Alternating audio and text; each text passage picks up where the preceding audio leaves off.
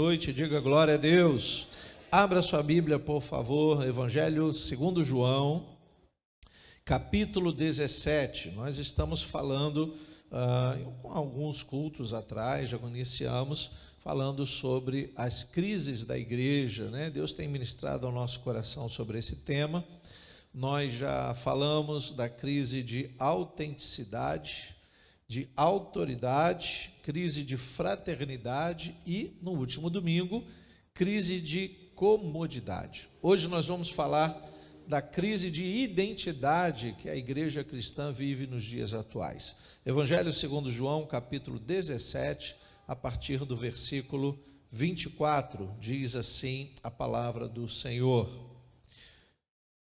Pai, a minha vontade é que onde eu estou, também estejam comigo os que me deste, para que vejam a minha glória que me conferiste, porque amaste antes da fundação do mundo. Pai justo, o mundo não te conheceu, eu, porém, te conheci, e também estes reconheceram que tu me enviaste. Eu lhes fiz conhecer o teu nome, e ainda o farei conhecer, a fim de que o amor com que me amaste esteja neles, e eu neles esteja. Oremos ao Senhor, feche seus olhos. Querido Deus e eterno Pai, nós nos agradamos de Ti, Senhor, pela oportunidade que temos de ouvir a Tua voz nesta noite. Não fomos impedidos, ó Deus, e aqui estamos nós, gratos a Ti por esse cuidado, pela condução, Senhor, até esse lugar, para que juntos, em comunhão, possamos ouvir a Tua voz. Fala conosco, repreende toda preocupação neste momento, toda inquietação da nossa alma, do nosso pensamento e do nosso coração.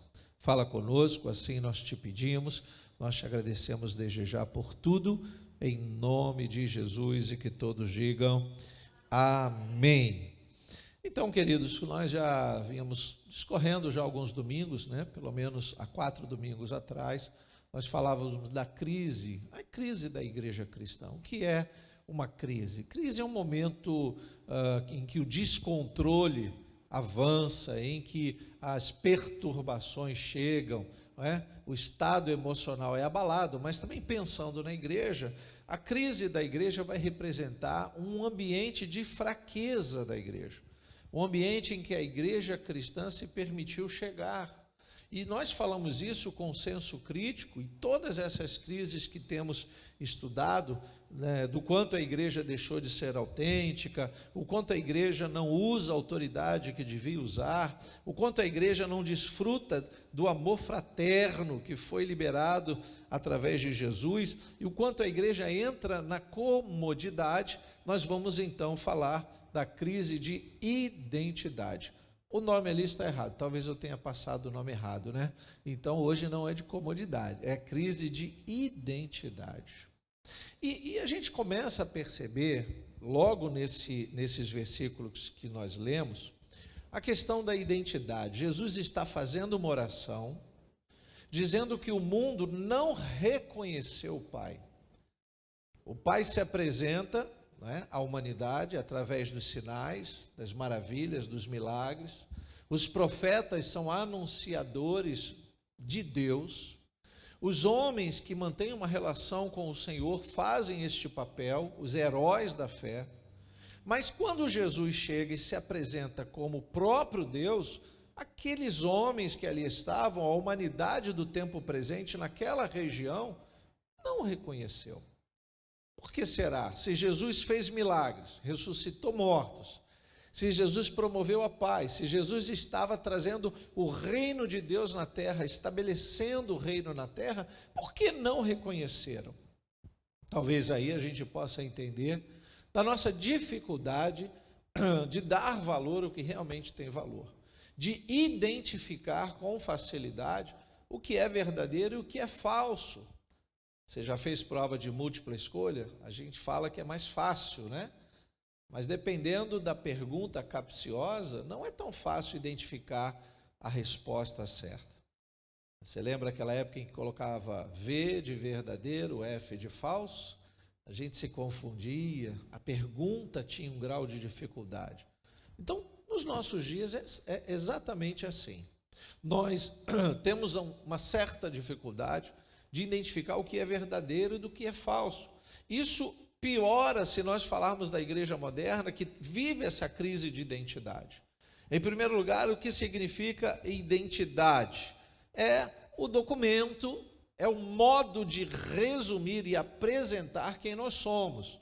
O documento de identidade, né, o seu registro geral, o seu registro de nascimento, contém alguns dados com relação a você. O nome do seu pai, da sua mãe, sua data de nascimento. Alguns documentos têm o tipo sanguíneo, alguns vão trazer endereço, outros vão acrescentar o CPF, um número que registra você no cadastro A, B e C, e etc, etc, etc. Isso deveria representar quem você realmente é. Se nós pensarmos na questão da igreja, por que estamos vivendo uma crise de identidade? Porque não dá mais para identificarmos o crente por aquilo que ele mostra no seu modo de viver. Pelo contrário, a igreja chega a estar tão descaracterizada que a gente desconfia no inverso. Antigamente se identificava o crente pela Bíblia e pela roupa, pelo jeito de falar. Lá vai um Bíblia, lá vai um crente, lá vai um cristão, lá vai um evangélico. Hoje isso se perdeu. Pelo contrário, há pouco tempo eu estava no shopping e já se aproximou uma pessoa de mim com uma bolsa dizendo: irmão, a paz do Senhor, irmão, aceita uma oração? Dentro do shopping. Como eu já conheço certas táticas, eu olhei para ele e disse: no momento eu estou com pressa, depois você ora por mim. Mas é só um minutinho, porque ele estava com uma bolsa, e aprendam isso, tá, irmãos? A tática é, ele faz uma oração, imediatamente apresenta o seu ministério, diz que está vivendo do ministério, que tem ali algumas coisas para serem vendidas, e no final, se você não prestar atenção, ele leva todo o seu dinheiro em um monte de livros que nem dele é. Quando eu vi a bolsa, identifiquei pelo volume que eram os livros, eu disse: não, eu estou com pressa, e já fui andando. Poxa, pastor, mas o senhor não quer receber uma oração? Lógico que eu quero receber a oração. A questão é que as pessoas estão mostrando o que elas não são. O modo de se apresentar, a paz do Senhor, eu já falei aqui que eu não sou contra você dar a paz do Senhor para ninguém, mas eu só posso liberar a paz se eu realmente estou em paz. Senão isso vira uma gíria de crente. Ô varão, ô varão, isso é para mostrar que você é crente? Cuidado, as pessoas estão usando esse evangeliquez, esse dicionário do crente, para dizer que é crente, que é cristão, que congrega em alguma igreja, mas isso pode não ser uma verdade. Pelo contrário, o verdadeiro cristão você reconhece pelos frutos. Não tanto como ele age, mas como ele reage. Quer conhecer um crente verdadeiro? Pisa no pé dele. Cuidado, é só uma expressão, tá? Você não vai amanhã no trem pisar no pé de ninguém, pelo amor de Deus, e dizer que foi o seu pastor que mandou. Não faça isso. Mas dependendo do modo em que você pisa e ele reage, aí você vai identificar se ele é cristão ou não. Porque eu já vi cenas estranhíssimas de pessoas que se diziam cristãs e não eram. Mas parecia ser, vestia-se como, até carregava a Bíblia, até falava em nome de Deus. Por que isso está acontecendo? Porque a igreja vive hoje uma crise de identidade. Mostrar o que muitas vezes não somos. Quando Jesus repudia a ação dos judeus religiosos da sua época e diz: olha, vocês gostam de fazer orações nas praças, em pé, levantando as mãos, o que há de errado nisso? Aí Jesus completa: vocês fazem isso para aparecer para os homens e não para Deus. Então não é o ato de estar na rua. Algumas pessoas me perguntam: pastor, mas é pecado orar na rua? Não. É pecado levantar as mãos? Não. Esqueça a ideia do pecado, irmãos, mas você está fazendo isso para quem? É para Deus? É necessário fazer isso? Você, num ambiente, no próprio shopping center, ali naquele ambiente, a praça de alimentação, você vai ver pessoas, não é, mais simplórias orando. Repare isso no momento do almoço. Tem pessoas que o prato é colocado, elas curvam a cabeça, você entende que elas estão fazendo um agradecimento a Deus. Simplório. É ela e Deus. Eu já vi pessoas orando em voz alta, mas muito mais alto do que eu estou falando agora. Jesus! Aí, você toma até um susto. Eu já vi gente se levantando para orar, gente. E aí eu não critico, cada um se expressa do seu jeito, mas eu fico perguntando qual a necessidade. Ele está fazendo isso para Deus ver ou para que os homens vejam? Eu estava uma vez num ambiente desse e uma jovem que estava vestida com a sua vestimenta da sua religião, cristã, mas não protestante, e ela, no momento que ela colocou o prato, ela levantou as mãos, fez lá um sinal que parecia ser o que chamam sinal da cruz e começou a orar em voz alta. E todo o pessoal que estava lá nas mesas olhando para ela, alguns felizes, outros perguntando para quê. Eu fiquei no sentido de dividido entre a crítica e o abismado. Falei, puxa, se é coragem, eu precisava ter essa coragem. Mas se eu tivesse essa coragem, eu acho que eu não usaria para essa finalidade. Eu não consigo entender como a igreja quer realmente mostrar a sua identidade. Como a igreja consegue? Porque se por um momento nós tínhamos uma vestimenta, uma Bíblia, um modo de falar que representava Cristo, ou na ideia da igreja representava Cristo, agora a gente perdeu isso.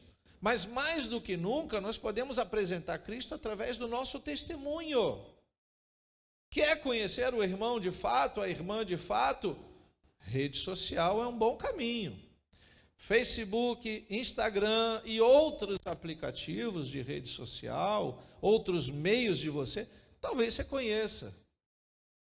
Não faz muito tempo que eu disse, eu queria que você me aceitasse como seu amigo lá no Facebook. E aí foi respondido, melhor não, pastor. Falei, tá. Então você já entendeu o que eu sei que você está fazendo, né? Na verdade, eu nem uso muito Facebook, irmãos. Tem lá, Instagram, eu não fui acostumado, eu sou de uma outra época, né? Eu sou da época da carta, né? Cheguei até o e-mail. Passou disso, eu já estou meio perdido, já não consigo acompanhar mais, mas usamos, é modernidade, é bom. Mas há momentos que chegam a informação de que o irmão, a irmã está falando algo que não devia. Eu digo, meu Deus, olha quem ele representa. Olha quem ela representa. A igreja de Jesus, não apenas a igreja de Nova Vida, porque se você se apresenta para alguém como crente da igreja tal, você está representando aquela igreja, está representando o Deus daquela igreja. Então, dependendo do modo que você faça, tem alguma coisa errada. Você talvez esteja vivendo uma crise de identidade. O modo que você apresenta a Cristo. Quando você convida alguém, por exemplo, para vir à igreja, você convida dizendo que Deus vai fazer ou que Ele pode fazer. Porque se você diz que Deus vai fazer, você tem que ter a revelação de que Ele vai fazer. Porque se Ele não fizer, você perde o amigo, perde uma alma para Cristo e não funciona a evangelização. Então, antes que você diga Deus vai fazer, você diz Deus pode fazer. Deus já fez isso, aí você pode usar os exemplos para dizer que o Deus que você crê é o Deus que faz. Tem poder para fazer coisas que a gente não consegue compreender, mas pode fazer. Agora, afirmar que Ele vai fazer é muito preocupante, principalmente para os dias atuais em que há uma nuvem de guerra espiritual entre os próprios cristãos. Cristão da vertente A, da vertente B, que deveriam se unir para a unidade da igreja, mostrar Cristo ao mundo, não conseguimos mais. É difícil. Confesso que é difícil. É muito difícil essa unidade. Mas não é impossível. O que nós precisamos estar atentos é que essa crise de identidade pode nos atrapalhar um pouco, né, na apresentação do que realmente deveria ser apresentado. A igreja, quando vive a crise de identidade, ela não mostra necessariamente Cristo, ela mostra a si mesmo. Como a gente tem explicado já há algum tempo, a igreja é apenas uma tábua uma placa de sinalização que aponta para o caminho. A igreja não é o caminho. A igreja aponta para quem? Quem é o caminho? Você pode dizer em voz alta? Jesus. Então a igreja tem que apontar para Jesus. Se ela não apontar para Jesus, se ela apontar para a denominação, se ela apontar para o pastor, se ela apontar para o modo de culto, se ela atrair dizendo este culto é melhor do que o outro culto da outra igreja, tem alguma coisa errada, crise de identidade naquele lugar. Eu ouvi essa semana o testemunho de uma jovem que trabalha com igrejas, fazendo ornamentações. E ela disse, olha, eu fui numa determinada igreja, muito grande, fui fazer lá uma grande ornamentação, e ali um dos trabalhadores da igreja me perguntou se eu era crente. Eu disse, sim, eu sou crente. Mas você não é dessa igreja? Aí ela disse, não. Eu disse, logo vi. Sabe aquele logo vi? Menosprezando o modo dessa jovem ser crente. Logo vi pode significar muita coisa. Você não é igual a mim, você não fala como eu, você não se veste como eu, você não crê como eu. Isso divide, isso não junta, não há unidade. Na verdade, essa jovem deveria ouvir daquele trabalhador daquela igreja, glória a Deus, que bom que você está congregando, porque ele nem perguntou qual igreja ela era.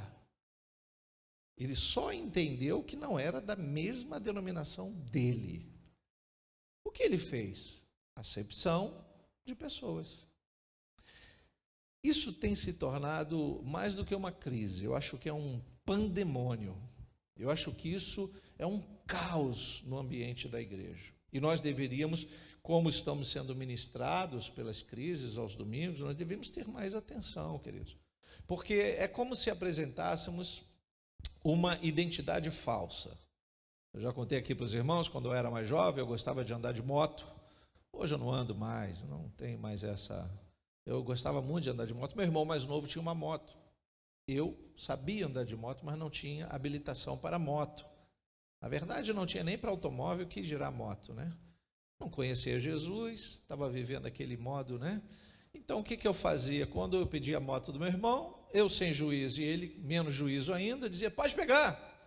Eu ia lá, pegava a carteira dele, que estava com o documento da moto e a carteira de habilitação dele. Ele já tinha habilitação. Então, eu ia, andava por aí, ia para outros municípios, até que um dia me pararam numa blitz. Eu quase caí assustado, apavorado, e o policial, documento da moto. Aí eu mostrei o documento da moto, tudo ok. Olhou a moto toda. Habilitação. Eu peguei a habilitação que estava na carteira dele, não a minha, porque eu não tinha. Aí ele olhou, pegou assim, olhou para mim, olhou de novo. Ele disse, você é esse? Deu o nome do meu irmão. Eu disse, não, esse é o meu irmão. Aí o policial disse, então você trocou, esqueceu, pegou o documento errado, o seu ficou em casa? Eu disse, não, na verdade eu não tenho. Ele disse, como é que você pode apresentar uma identidade que não é sua? Eu disse, na verdade eu sei que eu não posso, eu não devia nem estar andando de moto, né? Ele que bom que você é honesto. Não o suficiente para deixar a moto em casa. E aí era um tempo terrível, né, irmãos? Que bastava você deixar umas moedinhas na carteira e o guarda deixava você ir embora. Eu voltei para casa, tive que deixar mais do que umas moedinhas para ele, tomar o café dele, mas voltei arrependido. E eu não era cristão, mas já havia um arrependimento de que eu não devia ter feito tal coisa. Hoje a lei, graças a Deus, está funcionando, é um pouco mais dura.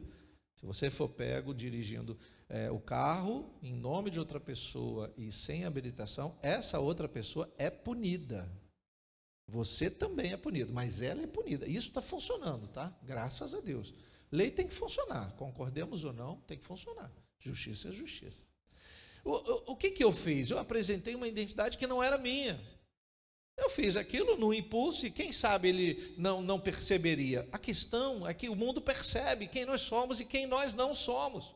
Quando nós dissemos que somos de Cristo e na verdade agimos como se não fôssemos de Cristo. Por que o mundo critica um crente quando mente e não critica o próprio mundo que mente à vontade?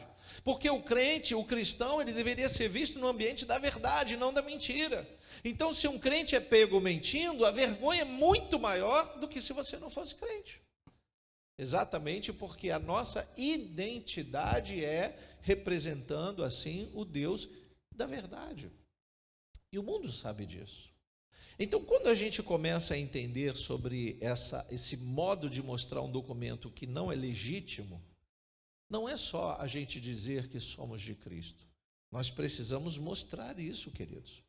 Eu vou deixar marcado aí no Evangelho de João, vou abrir lá em Atos dos Apóstolos, capítulo 19, se você quiser me acompanhar. Atos dos Apóstolos, capítulo 19. Eu vou ler aqui versículos 11 em diante, que diz assim: Deus, pelas mãos de Paulo, fazia milagres extraordinários. Veja que Paulo está representando Deus. Se ele consegue orar, se ele consegue agir, mostrar os sinais sobrenaturais, quem olha para Paulo está identificando Deus a quem Paulo serve. Então, Deus, pelas mãos de Paulo, fazia milagres extraordinários, a ponto de levarem aos enfermos lenços e aventais do seu uso pessoal. Veja que isso aqui era um modo de apresentar Cristo, viu? Diante dos quais as enfermidades fugiam de suas vítimas e os espíritos malignos se retiravam. E alguns judeus, exorcistas ambulantes, tentaram invocar o nome do Senhor Jesus sobre pessoas possuídas de espíritos malignos, dizendo: ordeno que saiam pelo poder de Jesus, a quem Paulo prega. Esses judeus estão usando o nome de Jesus que Paulo usou. Mas eles têm essa autoridade, eles podem usar essa identidade? Não, eles não são cristãos.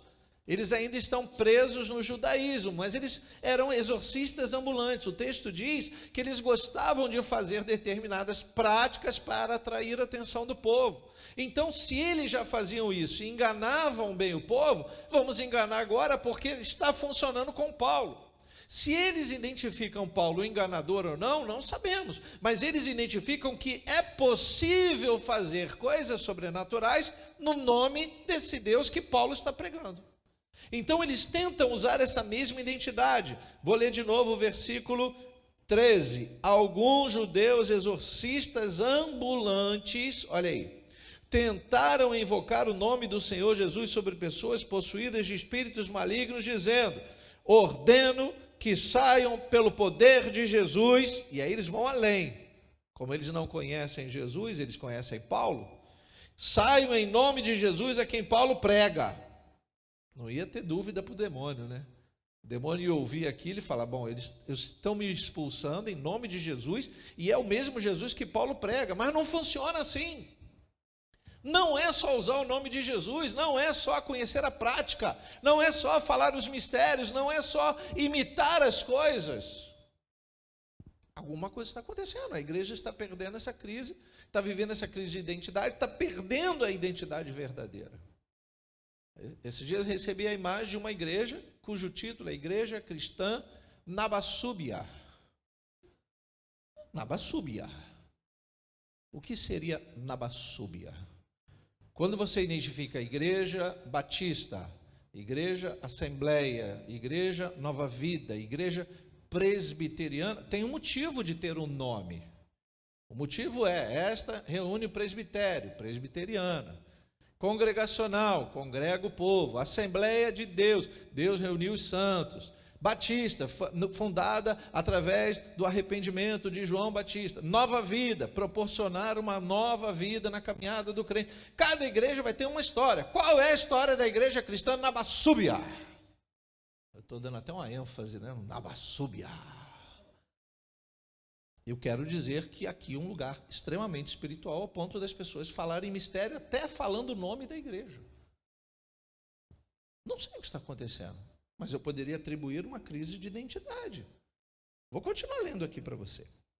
Versículo 14.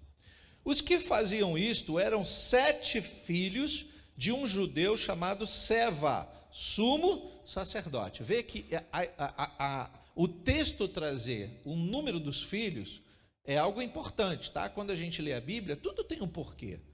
Os 7 filhos não estão mencionados aqui à toa, é para dizer que a totalidade. O 7 para o judeu é totalidade. Então, nesse momento, Atos dos Apóstolos está escrevendo para dizer, boa parte, ou a família toda, ou os filhos todos, ou de um modo geral, esse Seva poderia ser amigo do que Paulo pregava, mas ele não era cristão, porque ele era sacerdote. Olha aí, ele era sumo sacerdote. Então ele não está ligado ao cristianismo, ele está ligado ao judaísmo. Versículo 15.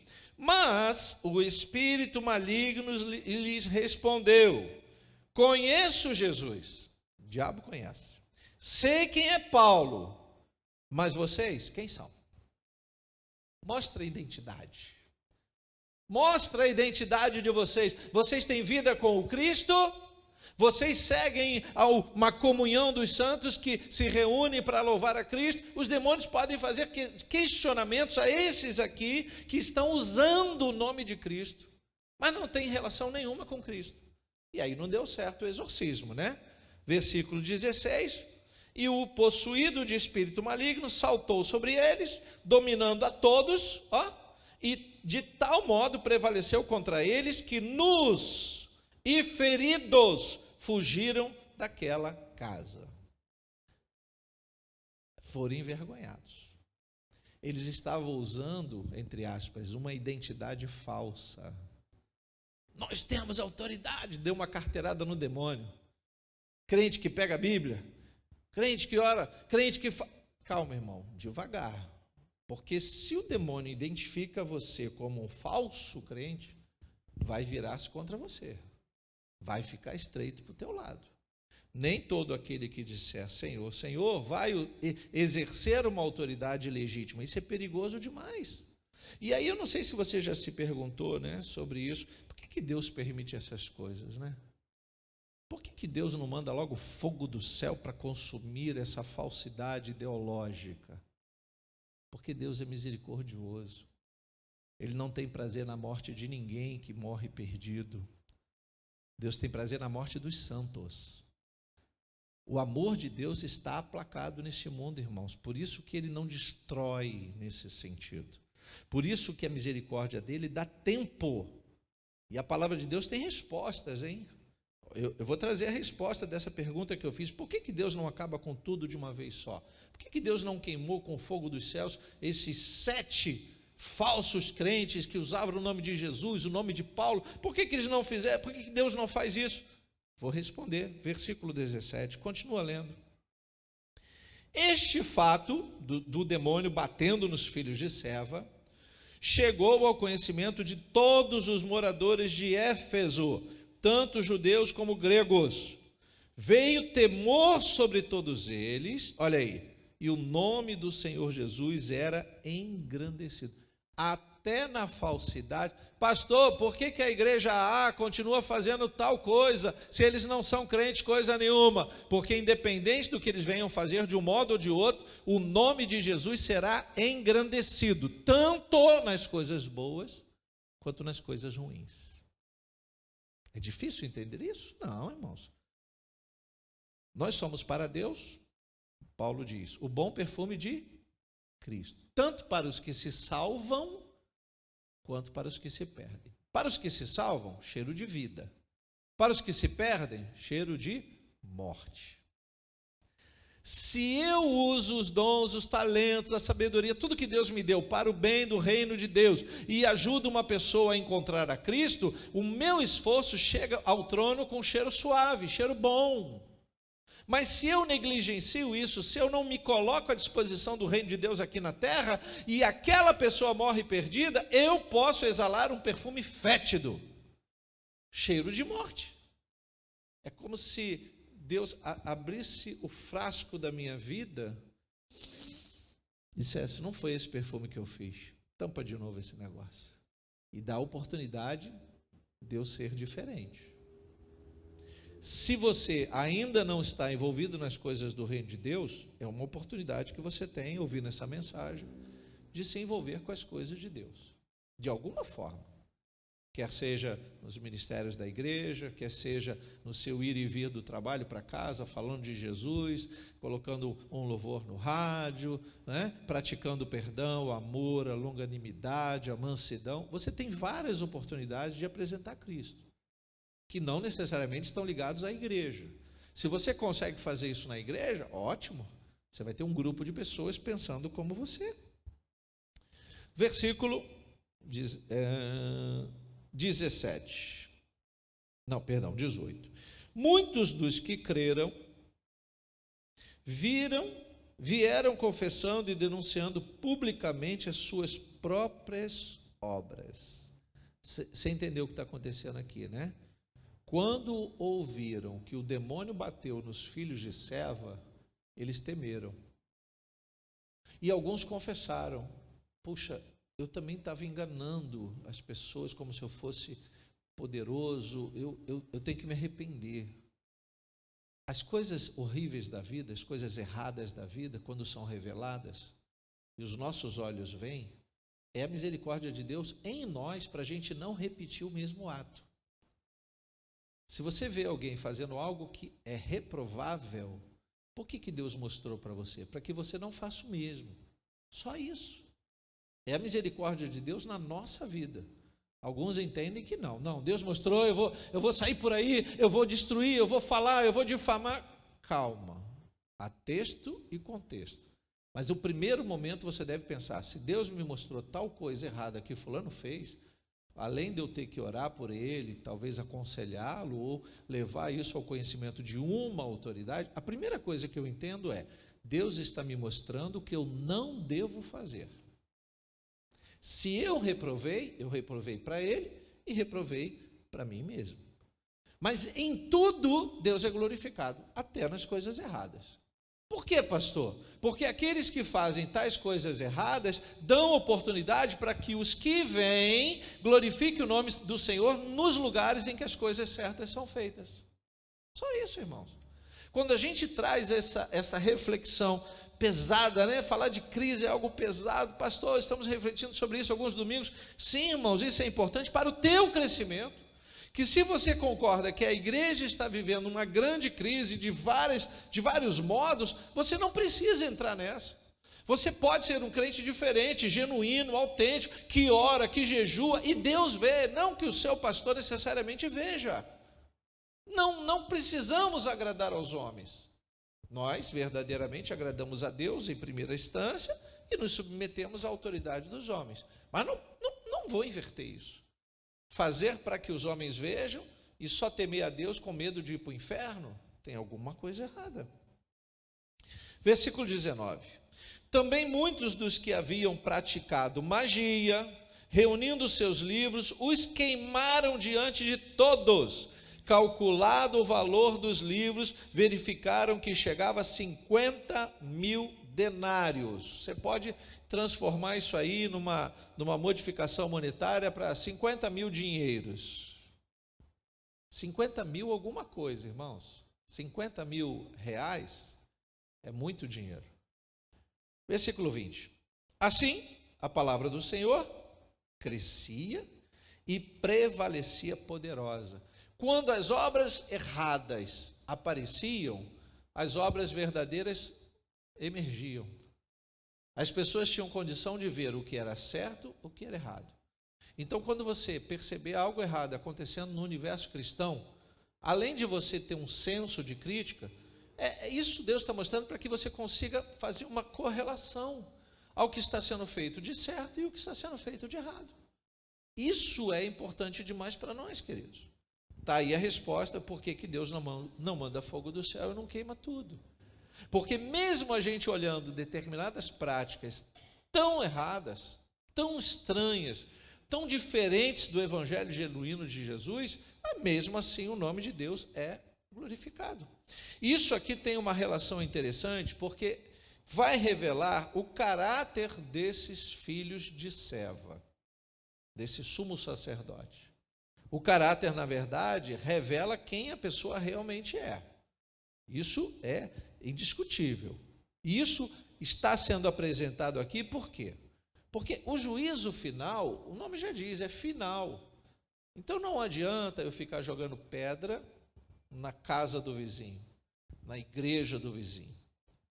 Eu recebo chuvas de mensagens e de vídeos de coisas erradas, e eu fico triste, irmãos.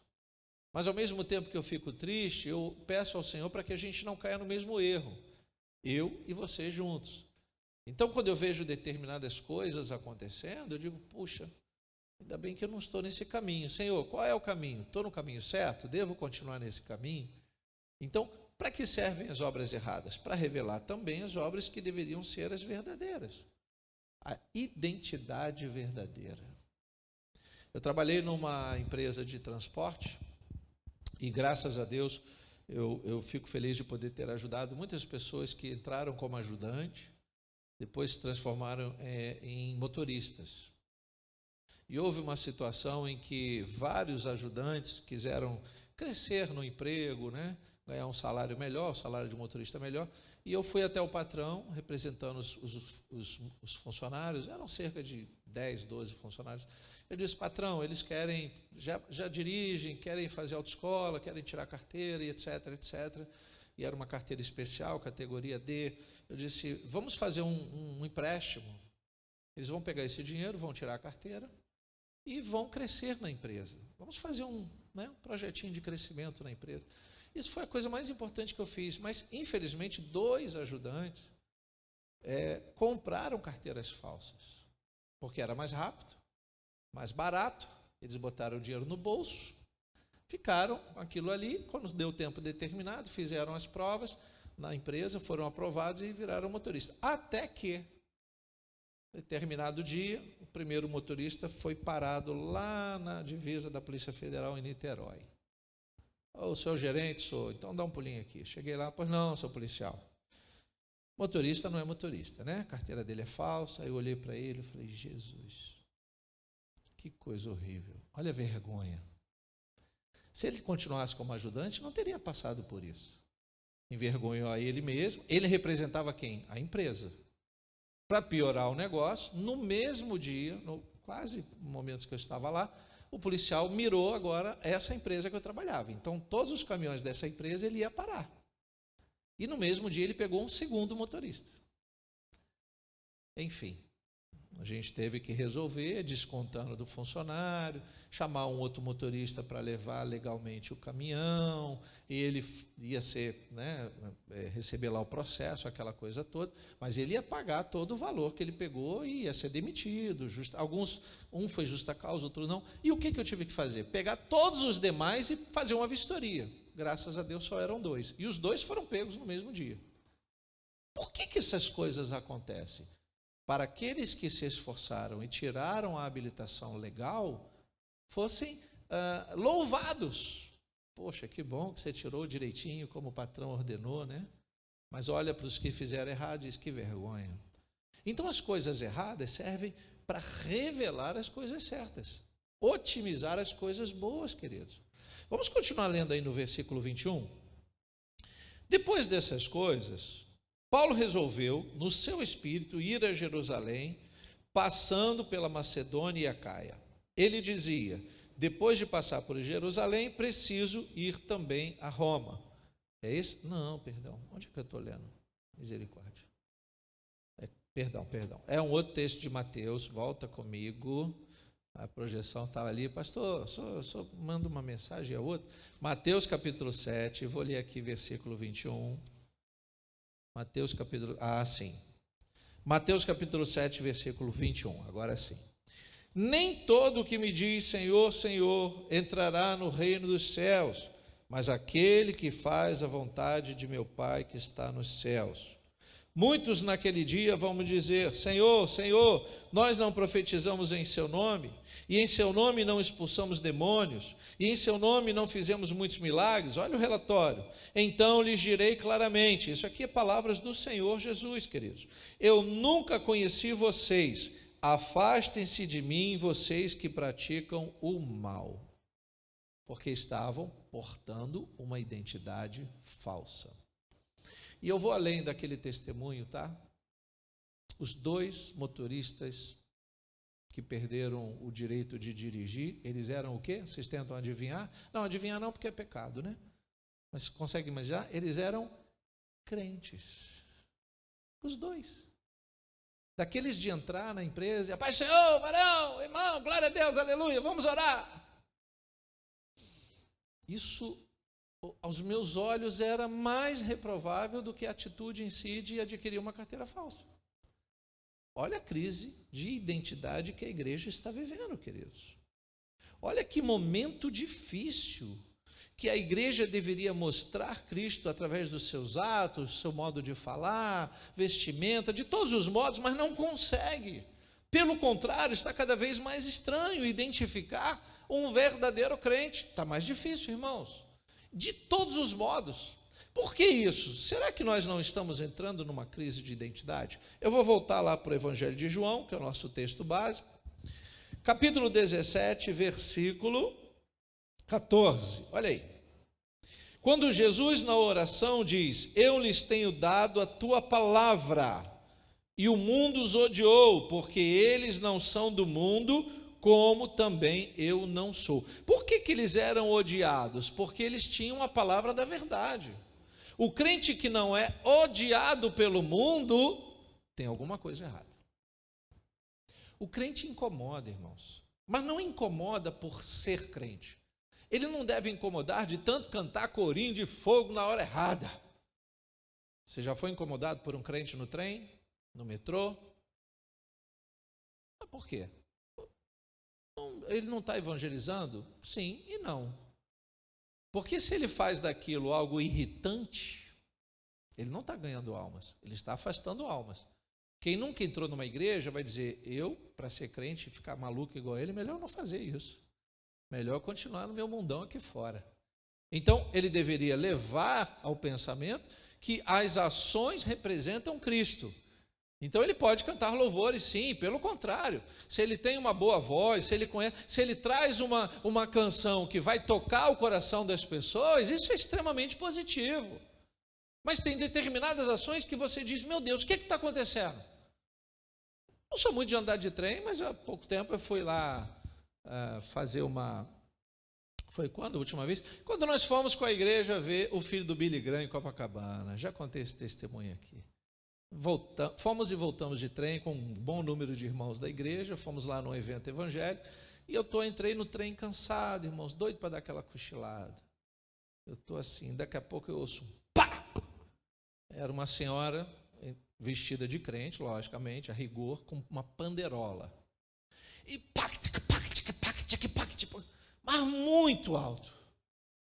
Eu falei, Jesus, que susto, será que Deus está me provando? Será que é o coração? E ela começou a cantar uns corinhos assim, algo desconexo e meio misturado com língua estranha, não sei se a língua estava enrolando ou se era estranha mesmo, alguma coisa assim. E algumas pessoas saíram de perto.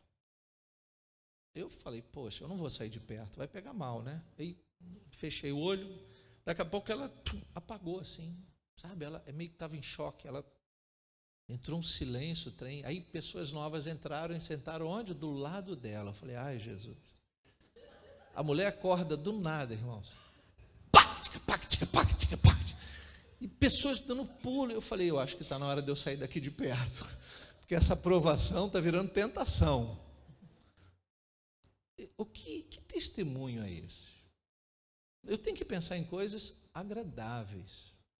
Eu posso apresentar a Deus através da minha alegria, do meu cântico, da minha adoração, mas não de um modo que irrite o outro. O ódio que o mundo tem que ter sobre mim é principalmente na questão da verdade. Se eu não exalo verdade, eu não apresento uma identidade original. Então, se aquela adoração, ou aquela música, ou aquele cântico não representa uma verdadeira adoração, vai soar como falso. E o mundo espera ver na igreja a verdade. Pode prestar atenção. O ímpio dá troco errado e todo mundo acha graça. Chama ele de esperto, malandro. O crente faz isso? É falso. É um crente falso. É um falso cristão. É assim, irmãos. Porque o mundo espera ver em nós algo que realmente é verdadeiro. Ok? Posso ouvir o amém dos irmãos? Então, quando Cristo diz que nem todo aquele que disser Senhor, Senhor entrará no reino dos céus, ele está expressando a mais pura verdade que muitos cristãos não conseguem entender. E a igreja vai entrando numa crise de identidade muito grande. Isso é muito sério, irmãos. Vocês estavam aqui uma vez, às vezes a gente comenta algumas coisas, o pastor é muito criticado, né? Vocês não perceberam isso? Às vezes o pastor é criticado, mas eu comentei uma vez com um irmãozinho sobre isso e ele entendeu errado. Porque eu usei o exemplo, perguntei se podia usar o exemplo na igreja, os irmãos riram, porque ele falou, pastor, eu ainda tenho vício do jogo, eu jogo na loteria.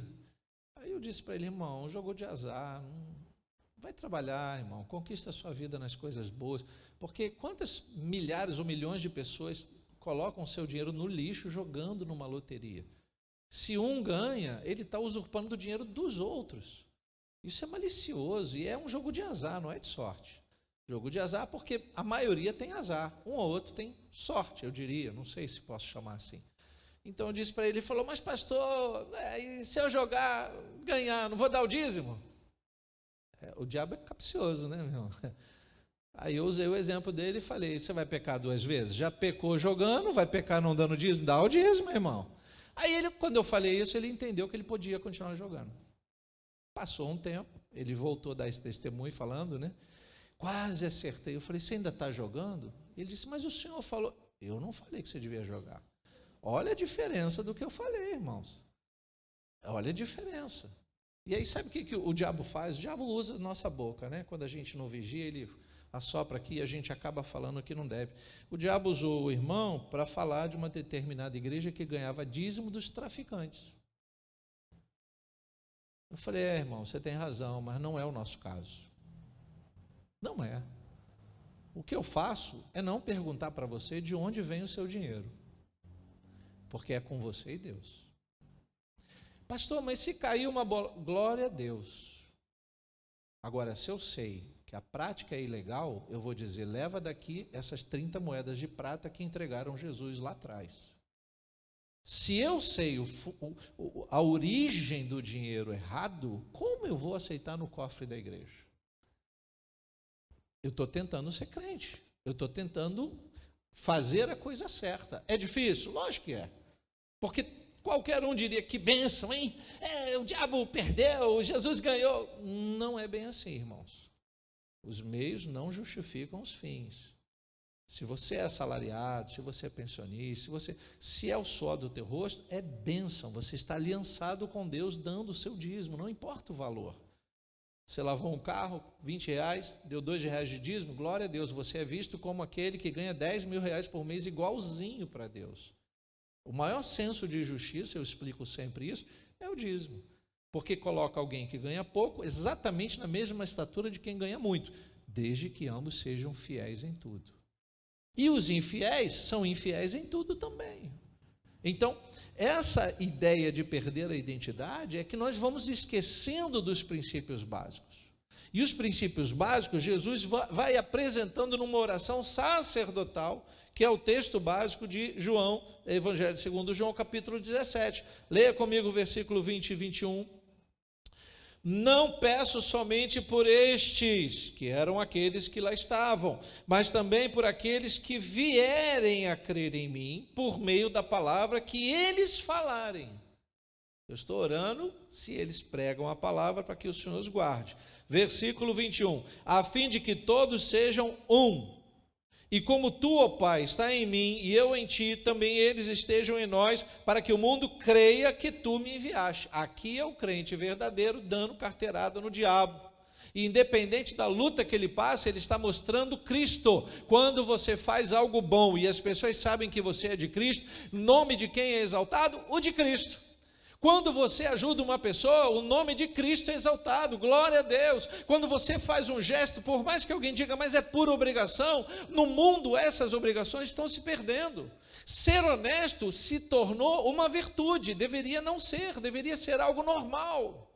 Mas se você consegue manter isso, essa normalidade da honestidade, da verdade, do procedimento correto, você engrandece o nome de Cristo. Então é como se você puxasse uma carteirinha de crente e mostrasse que é através das obras.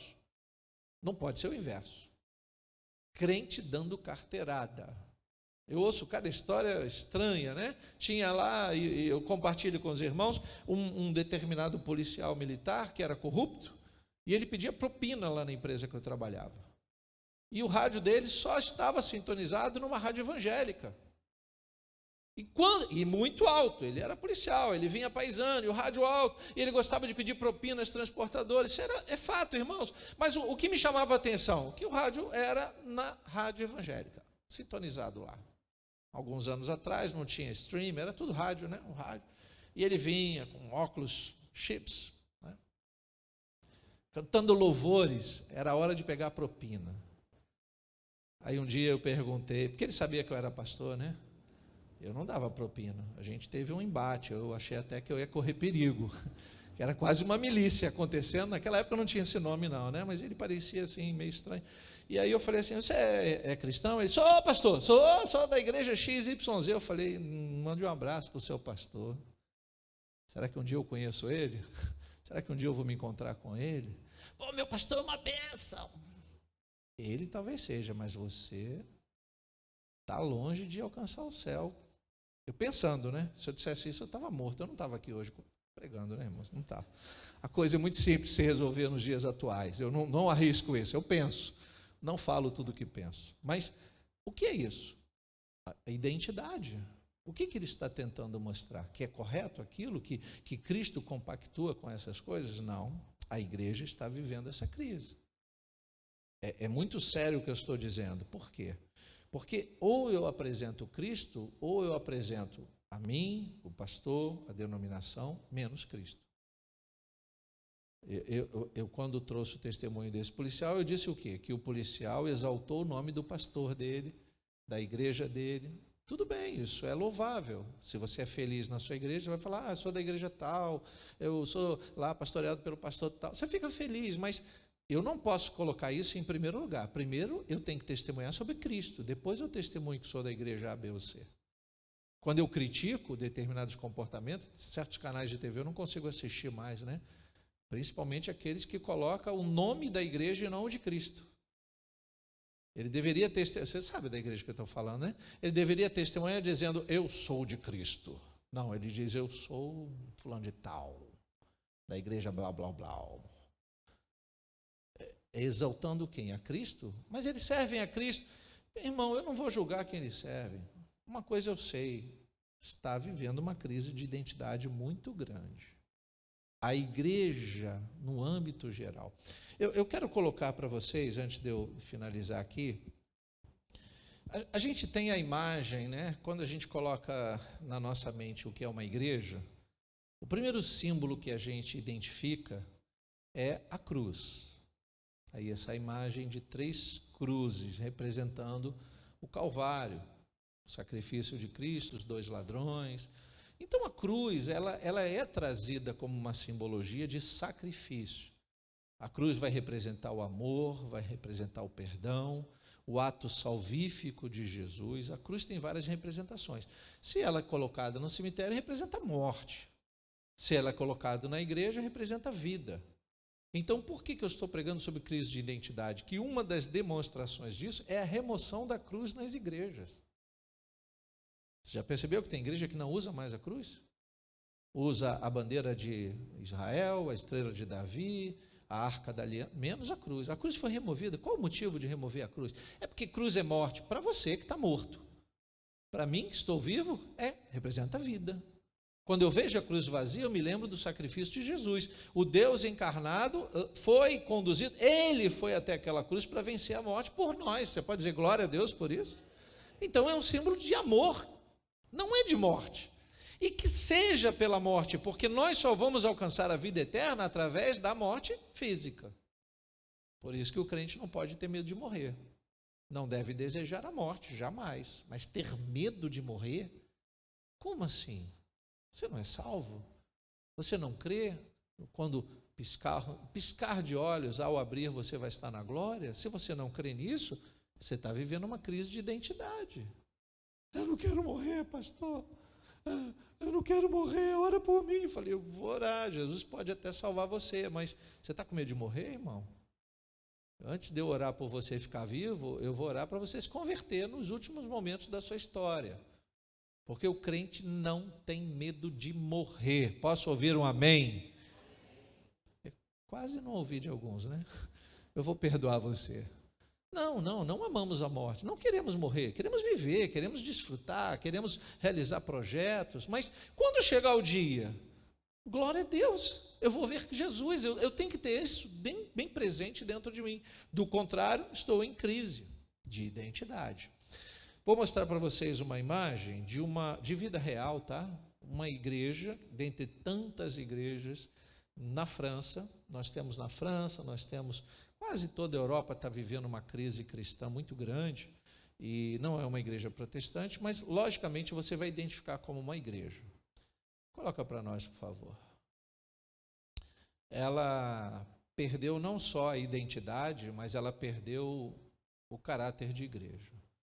Essa igreja linda, colonial, construída com o dinheiro do povo, foi vendida e agora é um bar. As pessoas bebem, fumam, fazem o que querem fazer. Inclusive, ao lado do altar é onde fica o barman misturando as bebidas. Isso é um passeio turístico. Se você for à França, você vai encontrar várias igrejas nesse formato. Eles não descaracterizaram a igreja justamente porque o diabo gosta de zombar das coisas de Deus. Sem criticar se a igreja era de Deus ou não, é uma igreja cristã. E lá o cristianismo está perdendo tanta força em meio a tantas ideologias e ocultismo. A França vive um ambiente de espiritismo e ocultismo muito grande. Então as igrejas não têm mais membros. E elas são vendidas, porque manter uma igreja dessa aberta é muita despesa. Olha que igreja linda, gente. Quando eu olhei isso, deu um pesar no meu coração. A gente nem sabe outras coisas que acontecem. Ok, pode tirar. Essa foi uma igreja que morreu e o mundo abraçou. Mas e quando a gente vê determinadas ações dentro da igreja que são mais compatíveis com o mundo? Como uma manifestação apoiada pela igreja do GLBTQ+, e blá, blá, blá, blá, blá, blá. Dentro da igreja. A igreja perdeu a sua identidade. A igreja não tem mais carteira para mostrar. Já perdeu a autoridade, já entrou na comodidade, já não tem mais fraternidade. Então, por que a gente reflete sobre isso? Porque nós não podemos representar aquilo que realmente não é nosso. Quando eu, no exemplo que dei, mostro a identidade, eu tenho que mostrar a minha identidade. E a igreja foi chamada para mostrar Cristo, não a si mesma. Não para fazer alarde das coisas que ela faz. Vou voltar ao texto aqui de João 17, versículo 22. Eu lhes transmiti a glória que me deste, passagem de um comando, para que sejam um como nós o somos, eu neles e tu em mim, a fim de que sejam aperfeiçoados na unidade. Estamos estudando sobre isso na escola bíblica. Para que o mundo conheça que tu me enviaste e os amaste como também amaste a mim. Versículo 24. Pai, a minha vontade é que onde eu estou também estejam comigo os que me destes, para que vejam a minha glória que me conferiste, porque me amaste antes da fundação do mundo. A oração de Jesus é que a igreja se mantenha no foco e que ela represente a unidade de Cristo e Deus Pai. Isso a gente vê que foi devidamente perdido, irmãos. Você era da época em que para você comprar com cartão de crédito, você tinha que mostrar a identidade? Não tem mais isso. Você pode usar do esposo, da esposa, do irmão, do filho, do pastor. Eu já dei meu cartão aqui para o diácono lá, comprar coisa no mercado. Eu só dei minha senha, ele foi lá e comprou e voltou, sem mostrar a identidade. Porque para o mundo tanto faz. Ele quer seu dinheiro, ele quer sua vida, ele quer sua alma. O príncipe desse mundo só quer isso. Mas se as coisas fossem legais, tanto no mundo quanto nas coisas espirituais sérias, nós teríamos que mostrar uma identidade verídica. Aí você entende porque no versículo 21, Jesus fala e mostra a paternidade, a fim de que todos sejam um. O crente deveria ser identificado pelos seus frutos, independente da sua igreja. A palavra crente deveria o mundo odiar, mas não é isso que a gente vê. O mundo está gostando da ideia de ser crente. Eu já falei para os irmãos que eu não assisto mais um determinado canal, uma emissora que eu achei muito rebelde, uma outra emissora, né? E aí um irmãozinho me mandou uma mensagem à noite dizendo: pastor, você ouviu quem vai aparecer no aí era outra apresentadora, na Fátima Bernardes? Eu disse: não, irmão. A cantora fulano de tal, gospel. Você não acha que isso é positivo? Eu falei: não sei, não acho nada. Por quê? Se eu não assisto ela nem nos canais evangélicos, vou assistir no canal. Para mim, tanto faz se ela vai cantar, eu nem sei quem ela é. Aí eu brinquei e falei assim: se ela der um bom testemunho, é positivo, se não. E aí desligamos, acabou a conversa. Alguns meses depois veio o escândalo, ela não está mais na igreja, só canta música secular. Aí eu pensei, valeu a pena ter ido lá como crente? Era melhor ter esperado para ter ido como ímpio mesmo, como música secular. Porque para eu chegar e dizer, só cantor gospel, cantar e o povo chorar, ai que emoção, que unção esta mulher tem, que coisa linda, olha que Deus, isso apresenta Cristo ou apresenta o seu modo de se apresentar? Porque logo depois Cristo não fez mais parte da vida dela, e ela disse que nunca foi crente, ela só cantou na igreja, e se ela tinha público, tudo bem. Isso está acontecendo com mais frequência, os irmãos se acompanham vão entender o que eu estou dizendo. Por que, pastor, que isso está acontecendo? Porque a igreja está entrando numa crise de identidade. E a pergunta que nós podemos fazer para encerrar a nossa reflexão é: quem nós queremos mostrar quando nós mostramos a nossa identidade? Quem nós queremos representar? Ou eu represento o Cristo que morreu por mim, ou eu represento qualquer entidade neste mundo. Se eu minto, eu represento o diabo. Se eu digo que sou o que não sou, o meu pai não é Deus, é o diabo que é o pai da mentira. Então nós não podemos entrar jamais numa crise de identidade. Seja você o que você é. Se você é um crente que entende, como eu, que precisamos melhorar, vamos melhorar. Se você é um crente que, como eu, está sujeito a falhas, arrependa-se, confesse os seus pecados diante de Deus, se arrependa, volte à comunhão, e assim você vai ganhar uma identidade novinha, com a sua digital, e que todos olharão para você e verão Cristo em você. Louvado seja Deus. Vamos nos colocar de pés, vamos agradecer ao Senhor. Louvado seja o nome do Senhor. Vou ler, você não precisa abrir, versículo 26. Eu lhes fiz conhecer o teu nome e ainda o farei conhecer, a fim de que o amor com que me amaste esteja neles e eu neles esteja. Você quer mostrar Cristo com as suas ações? Então mostre amor. Este é o maior sinal da nossa identidade com Cristo. O amor de Deus em nós. Curva a sua cabeça, feche os seus olhos, vamos orar. Pai, amamos a Tua palavra, amamos, Senhor, refletir sobre as coisas dos altos céus. Ao lermos as histórias bíblicas e tudo o que está aqui registrado, nós temos esta firmeza de fé mais forte, mais presente em nós, de que devemos buscar conserto todos os dias. Se há algum caminho mau em nós, mostra-nos o caminho bom. Mas não permita que vivamos uma identidade falsa. Não permita que sejamos tentados a mostrar aquilo que não somos ou dizer quem nós não somos. Pai, que no meu agir e no meu reagir, que no meu andar por onde quer que eu vá, vejam Cristo em mim, vejam Cristo em nós, vejam Cristo através da igreja. Em nome de Jesus oramos. Amém e amém.